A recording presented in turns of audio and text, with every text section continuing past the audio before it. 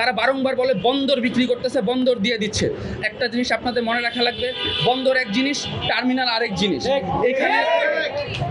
এখানে বন্দর এবং টার্মিনালকে তারা এক করে ফেলতেছে। বন্দর বাংলাদেশের নাগরিকের, বাংলাদেশের জনগণের, এই 18 কোটি মানুষেরই হচ্ছে এই বন্দর।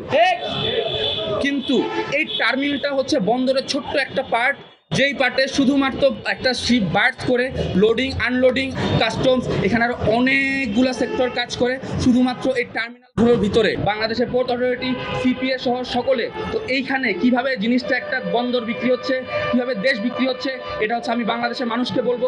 এখন তথ্য খুবই সহজলভ্য। আপনারা জিপিটিতে যান, একটা ছোট্ট কমান্ড দেন, আপনার অ্যান্সার পেয়ে যাবেন। গুগলে যান, একটা কমান্ড দেন, অ্যান্সার পেয়ে যাবেন। আশা করি এটা নিয়ে আসলে এত বেশি বিতর্কের কোনো দরকার নেই যে দেশ বিক্রি হয়ে যাচ্ছে। এটা একটা স্বার্থান্বেষী মহলের, যারা আসলে মানুষ জানে না তাদেরকে আসলে আরো আজকে থেকে 2 দশক আগে যেভাবে মানুষ আসলে কম বুঝতো, তাদেরকে সেভাবে অজ্ঞ বানানোর একটা নিষ্ঠুর একটা প্রোপাগান্ডা তৈরি করার চেষ্টা করতেছে তারা। এরপর আসি দুর্নীতি নিয়ে। অনেকেই দেখা যাচ্ছে যে তারা দুর্নীতি নিয়ে এইভাবে প্রচার করে যে সচিবালয়তে দুর্নীতির পরিমাণ অনেক বেশি, যেখানে বন্দরকে নিয়ে তারা কেন বারংবার আসতেছে। আপনারা যদি একটা জিনিস লক্ষ্য করেন, এই বন্দরের প্রতিটা স্টেপে স্টেপে দুর্নীতি হয়। 500 টাকা থেকে শুরু করে 10,000 টাকা, 15,000 টাকা, 5 লাখ, 10 লাখ টাকা পর্যন্ত ঘুষ বাণিজ্য হয়। আপনাদেরকে আরেকটা জিনিস বলে রাখি, বাংলাদেশ এমন একটা কান্ট্রি, বাংলাদেশের এই পোর্ট এমন একটা পোর্ট, যেই পোর্টে আপনার বার্থিং হচ্ছে এইভাবে হয় যে যে আগে আসে তাকে সার্ভিস দেয় না, যে আগে দুর্নীতি করে টাকা দিবে তার বার্থিং আগে হয়, তার লোড আনলোড আগে হয়, তার পণ্য আগে যায়।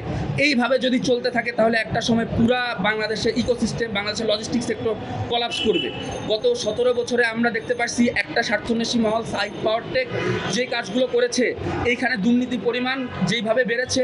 এখন অনেকে প্রকাশ করতেছে যে সাইফ পাওয়ারটেকের তুলনায় এখন যারা পরিচালনা করতেছে সিডিডিএল এবং বাংলাদেশ নেভি, তাদের নাকি প্রায় 12.5 থেকে 13% একটা এফিসিয়েন্সি ইনক্রিজ করছে। আমরা বলতেছি না, এই ইনক্রিজ আরো 30 থেকে 40% করা পসিবল।